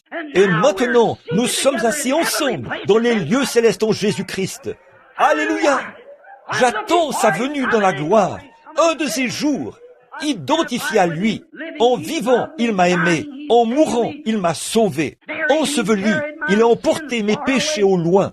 En ressuscitant, il a justifié gratuitement pour toujours. Un jour, il reviendra. Ô jour glorieux! Je m'identifie maintenant par le baptême du Saint-Esprit. Pas quelque chose ici dans la rue, quelque chose qui remonte à 40 ans. Je l'ai maintenant même. La gloire et la puissance de Dieu qui pardonne les péchés. Je le vois guérir les malades, ouvrir les yeux des aveugles. Je le vois prédire des choses, lire ce qu'il y a dans le cœur des gens. Je m'identifie à lui dans son ministère en ce jour-ci. Gloire à Dieu, je m'identifie à lui pour ce qui est de la délivrance en ce dernier jour. J'ai confiance que je ferai partie de cette glorieuse épouse qui viendra un de ces jours. Peu importe ce que le monde peut dire, qu'il nous traite de fous, d'hystériques, ou de Belzébul, ou d'hérétiques, et que sais-je encore. Je veux continuer à m'identifier à ce groupe-là. J'y suis toujours, j'y reste, j'y suis né, je veux y rester. J'y serai toujours, parce que Dieu m'y a placé. J'y suis. J'ai quitté mon église pour venir m'identifier à une bande d'exaltés. Je suis l'un d'entre eux. Je m'identifie à eux. Ils disent, « Billy, tu as perdu la tête. » Peut-être que c'est vrai, mais j'ai trouvé la pensée de Christ. J'ai trouvé sa parole. J'ai trouvé sa présence. J'ai trouvé qu'il est le même hier, aujourd'hui, éternellement. M'importe ce que qui que ce soit d'autre en pense. C'est moi qui dois m'identifier. Je m'identifie à lui par la parole de Dieu. Il a dit, voici les miracles qui accompagneront ceux qui auront cru. Je suis heureux de m'identifier à cela. Oui, monsieur. Vous savez, une fois, un vieux maître violoniste, vous avez déjà entendu cette histoire. Il y avait un vieux violon qu'on vendait aux enchères. On voulait le vendre, mais personne ne voulait l'acheter. On disait, qui veut donner $1?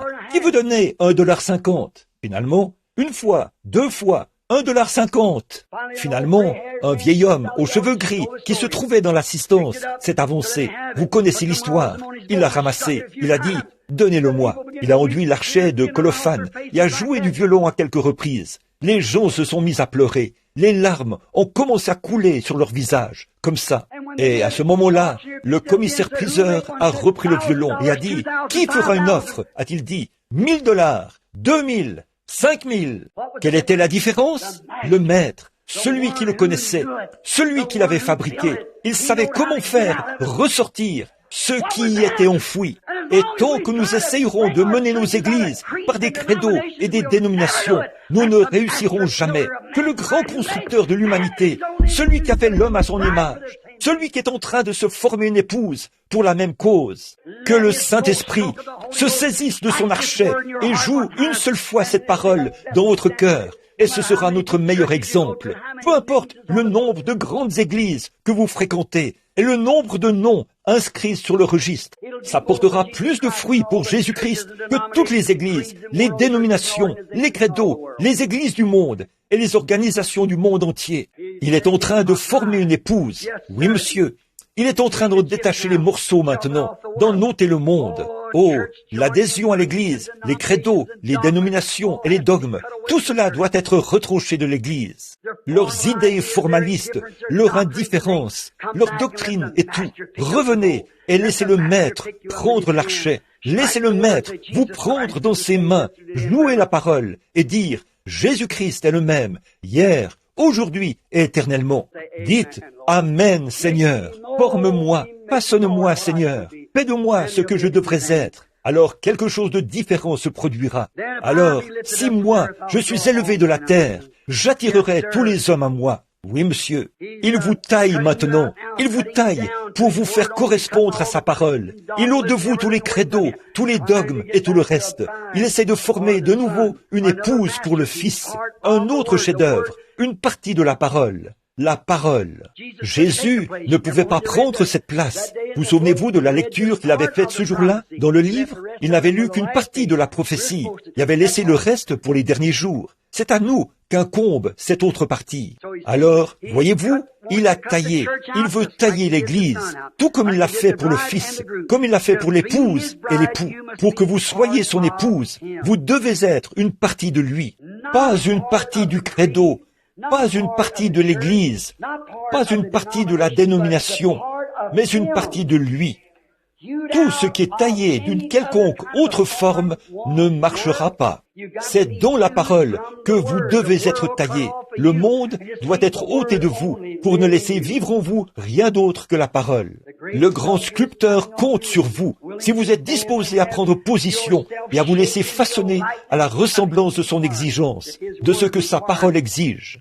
Dans les derniers jours, je répandrai mon esprit sur toute chair. Vos fils et vos filles prophétiseront. Christ est le chef-d'œuvre identifié de la parole faite chair. Il vous est demandé de vous identifier en lui par la même parole, afin d'être le chef-d'œuvre de l'épouse. Donc, mes frères, en ce temps-là, Dieu avait un chef-d'œuvre à présenter au monde. Maintenant, il veut un chef-d'œuvre pour aujourd'hui. Êtes-vous disposés? Êtes-vous prêts, mon ami chrétien? Êtes-vous vraiment certain que votre vie reflète vraiment Christ? Peu importe ce que dit le monde.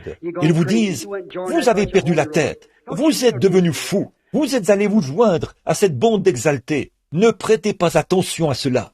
Si vous n'êtes pas vraiment, réellement sauvé, et dans ce corps, et que la parole de Dieu est en vous, et qu'elle se reflète, et que vous reflétez la vie de Christ, mon frère, ma sœur, ne prenez pas de risques. Peu importe ce que vous êtes, le genre d'expérience que vous avez, laissez la parole se refléter en vous chaque jour, parce que Dieu, en ces derniers jours, est en train de rassembler une épouse pour son Fils, Jésus-Christ. Courbons la tête.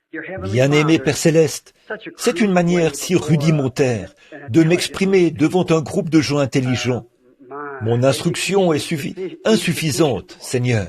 Je prie que le grand Saint-Esprit fasse pénétrer ces paroles dans le cœur des gens, afin qu'ils voient ce que je voulais dire, s'ils n'ont pas pu comprendre ma manière décousue de dire les choses, Seigneur. Mais dans mon cœur, je vois ce que tu essayes de faire. Je crois, Père, que l'épouse doit être une partie de l'époux. Elle doit être comme l'époux, car elle est une partie de lui. Elle ne pourra jamais être son épouse tant qu'elle ne deviendra pas une partie de lui. Et aujourd'hui, c'est une partie de la parole qui montre qu'il est le même, hier, aujourd'hui et éternellement. Le grain de blé qui vivait jadis sur la terre est tombé dans le sol, a repoussé et a été semblable au grain qui avait été mis en terre. Et Seigneur, le jour de la Pentecôte, une glorieuse Église est née. Un autre grain de blé a surgi pour devenir un époux et une épouse du dernier jour. Nous avons vu qu'il était mis en terre pour lui depuis des milliers d'années. Depuis le concile de Nicée, il est resté là, à pourrir dans le sol. Les critiqueurs ont écrit ce livre, Le Dieu silencieux, qui permettait que de petits enfants meurent, tués par des lions et brûlés. Et les gladiateurs ont martyrisé les chrétiens et les ont brûlés sur le bûcher. Si seulement cet homme avait eu la compréhension spirituelle. Ce blé devait pourrir dans le sol, mais il est de nouveau sorti de terre, pas semblable à ce qu'il était quand il avait été mis en terre. Il avait été mis en terre sous la forme d'un grain de blé, mais quand il est apparu, il avait des pousses, comme le jeune blé qui pousse. Finalement, il a poursuivi sa croissance, de Luther à Zwingli, et ainsi de suite, pour finalement aboutir à une aigrette. Cela s'est transformé au jour de Wesley. Ça ressemblait un peu plus au blé, plus que les pousses y ressemblaient. Il est en train de redevenir ce qu'il était. Ensuite, nous voyons qu'un grain a poussé et qu'il ressemblait pratiquement au vrai grain. Et si jamais vous essayez d'ouvrir cette balle, vous verrez que ce premier grain de blé ne contient pas de grain du tout. C'est une balle, une feuille. Seigneur, le grand réveil pentecôtiste qui s'est produit, il fallait qu'il en soit ainsi, Seigneur, pour protéger le blé quand il viendrait. Sinon, il n'aurait pas eu d'endroit où aller. Maintenant, Père, Nous savons que nous ramenons toutes choses à la nature, parce que tu as formé la nature. Tu as racheté la terre par la manière dont tu l'as baptisée, du temps de Noé, au terme de sa prédication. Tu as aspergé la terre du sang du Fils pour la sanctifier pour toi. Et dans le grand âge à venir, lors du renouvellement, tu l'embraseras par le feu pour en brûler toutes les choses du monde. Comme tu fais pour le chrétien, tu le sauves, le baptises, le sanctifies. Puis, tu ôtes le monde de lui, et pour montrer qu'il t'appartient, tu mets en lui le Saint-Esprit. Nous savons que ce blé est passé par le même processus. Toute la nature fonctionne de la même manière. Maintenant, Seigneur, quand nous voyons maintenant la balle s'écarter du grain, devenir mondaine, ô Dieu, fais que ces grains, la balle doit s'écarter pour que le grain puisse entrer dans la présence du Fils. J'entends venir la moissonneuse batteuse, Seigneur. C'est pour bientôt. Et alors, le grand ascenseur emmènera son épouse dans la gloire, dont la présence de Dieu. Je te prie, Père, de bénir chacun de nous. Fais que nous nous rappelions, Seigneur, que ceci, c'est notre occasion. Nous n'en aurons peut-être pas une demain. Aujourd'hui, c'est notre occasion. Aujourd'hui, si longtemps après, quand vous entendez sa voix, n'endurcissez pas votre cœur. Seigneur Dieu, je ne connais pas ces gens. S'il y en a ici qui n'ont pas ceci, accorde ce soir qu'ils reçoivent la plénitude de Dieu et qu'ils soient remplis du Saint-Esprit. Accorde-le, Père. Maintenant, avec nos têtes inclinées et nos cœurs aussi, mes amis, excusez mes manières. Je vous ai présenté un message décousu. Je prie que Dieu vous fasse voir ce que je voulais dire. Maintenant, si je ne veux pas que qui que ce soit lève les yeux, gardez simplement la tête inclinée. Qui que vous soyez, si vous n'êtes pas certain que votre vie, maintenant, voyez, chacun de ces processus, qu'est-ce qui leur est arrivé? Ils ont formé une organisation. Qu'est-ce qui s'est passé? L'Esprit est allé sur quelqu'un d'autre. Dès que Luther s'est organisé, c'est allé directement sur Wesley. Wesley s'est organisé, c'est allé directement sur les pentecôtistes. Les pentecôtistes se sont organisés. Où cela va-t-il? Exactement comme la colonne de feu. Ça avance continuellement. Et certaines personnes disent, je suis pentecôtiste. C'est bien. Je suis luthérien. C'est très bien. Il n'y a pas de mal à ça. Mais, mon ami, le blé continue d'avancer. Nous avons eu l'un des plus grands réveils. Ça a duré plus longtemps. L'histoire montre qu'un réveil ne dure qu'à peu près 3 ans. Celui-ci se poursuit depuis 15 ans ou plus. On a de grandes campagnes de guérison, mais ça s'est refroidi maintenant. Regardez, à la suite de chaque réveil, il y a toujours une organisation qui voit le jour. Pourquoi cela ne s'est-il pas produit dans ce cas-ci? Il y a un petit groupe de frères qui avait commencé quelque part par ici et qui se faisait appeler la dernière pluie. Ils ne sont allés nulle part. Cela a échoué. Pourquoi? C'est l'âge du blé, mes amis. C'est le blé. Il y a un ministère sur la terre qui est exactement comme celui qui était mis en terre là-bas au début. Une véritable expérience pentecôtiste. Les églises s'organisent. Et l'une essaie de construire un bâtiment plus imposant que l'autre, d'avoir plus de membres et tout. Les organisations, petit à petit, nous le voyons. Je suis pentecôtiste. Nous les voyons qui s'en écartent. Mais qu'est-ce que c'est? Il faut que cela se produise, afin que le Fils puisse atteindre le grain.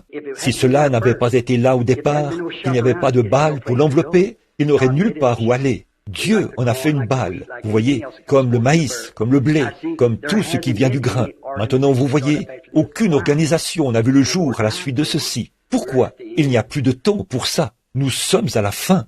Et si vous n'êtes pas tout à fait où vous devriez être, et que vous dites, frère Branham, si Dieu exauce votre prière en faveur des malades, j'ai entendu ce que le Seigneur a fait en répondant aux prières.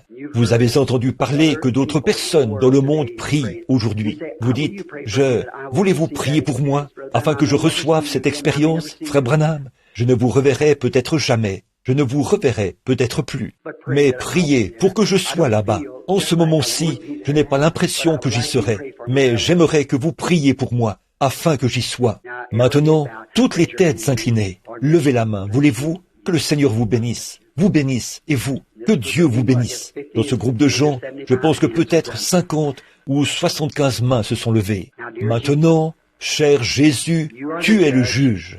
Nous ne sommes que les prédicateurs. Je te prie, Dieu bien-aimé, et si je trouve grâce à tes yeux, exauce ma prière. Tu as vu toutes les mains qui se sont levées. Tu sais ce qu'il y a dans leur cœur. Nous croyons qu'ils sont destinés à la vie. Et Satan, tout comme au jour d'Adam, il essaie d'empêcher ce chef-d'œuvre de paraître. Que cela s'arrête ce soir. Puisse le sang de Jésus-Christ contrecarrer cela et puisse-t-il paraître devant Dieu comme un chef-d'œuvre. Accorde-le, Père. Puisse-t-il s'identifier à la parole de Christ. Il a dit, si un homme ne naît de nouveau, puisse-t-il recevoir cette expérience de la nouvelle naissance. Puisse-t-il recevoir le baptême du Saint-Esprit, qu'il soit renouvelé, que toutes les choses du monde soient renversées. Ils n'en veulent plus, Seigneur. Débarrasse-les du monde et fais-les paraître comme un chef-d'œuvre devant les gens. Accorde-le, Seigneur, afin que tu sois heureux dans cet âge, du temps du jardin, en ces derniers jours, de présenter ton chef-d'œuvre, ces hommes et ces femmes, ces garçons et ces filles qui ont levé la main. Accorde-le, Seigneur. Bénis ce réveil qui accourt dans la ville. Je prie au Dieu que tous les hommes et toutes les femmes qui sont dans les parages visitent ce réveil, que chacun d'eux soit rempli du Saint-Esprit et qu'un réveil à l'ancienne mode balaye cette petite ville, ici, au point où des gens de partout viendront. Accorde-le, Seigneur. Accorde-nous ces choses, Père, car nous les demandons au nom de Jésus. Amen. Je l'aime, je l'aime. L'aimez-vous? Vous savez, Paul a dit, si je chante, je dois chanter par l'Esprit. Je me demande, je suis loin d'être un chanteur, mais je me demande si ensemble, nous ne pourrions pas commencer ce chant. Je l'aime. Voulez-vous nous donner la note, sœur? Parce qu'il m'a aimé le premier. Vous l'avez entendu. Combien le savent? Faites voir votre. C'est un de mes vieux chants. J'aime le chanter. Très bien. Maintenant, courbons simplement la tête, fermons les yeux et chantons donc « Je l'aime ».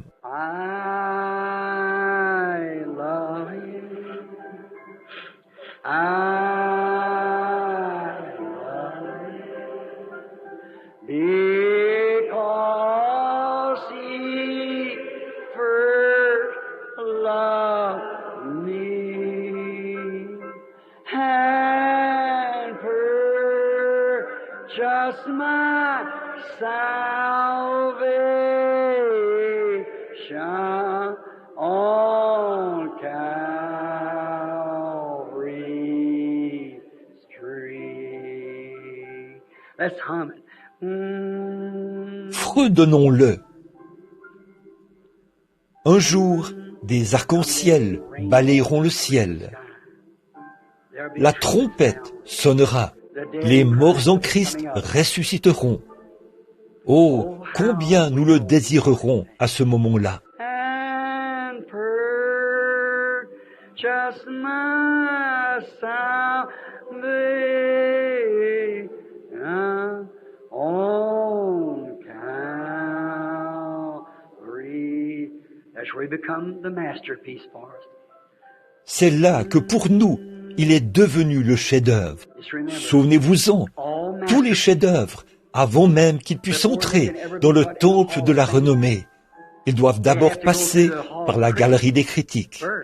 Les critiques doivent voir s'il y a des critiques à formuler là-dessus. Mais quand ils supportent la critique, alors on le place dans le temple de la renommée.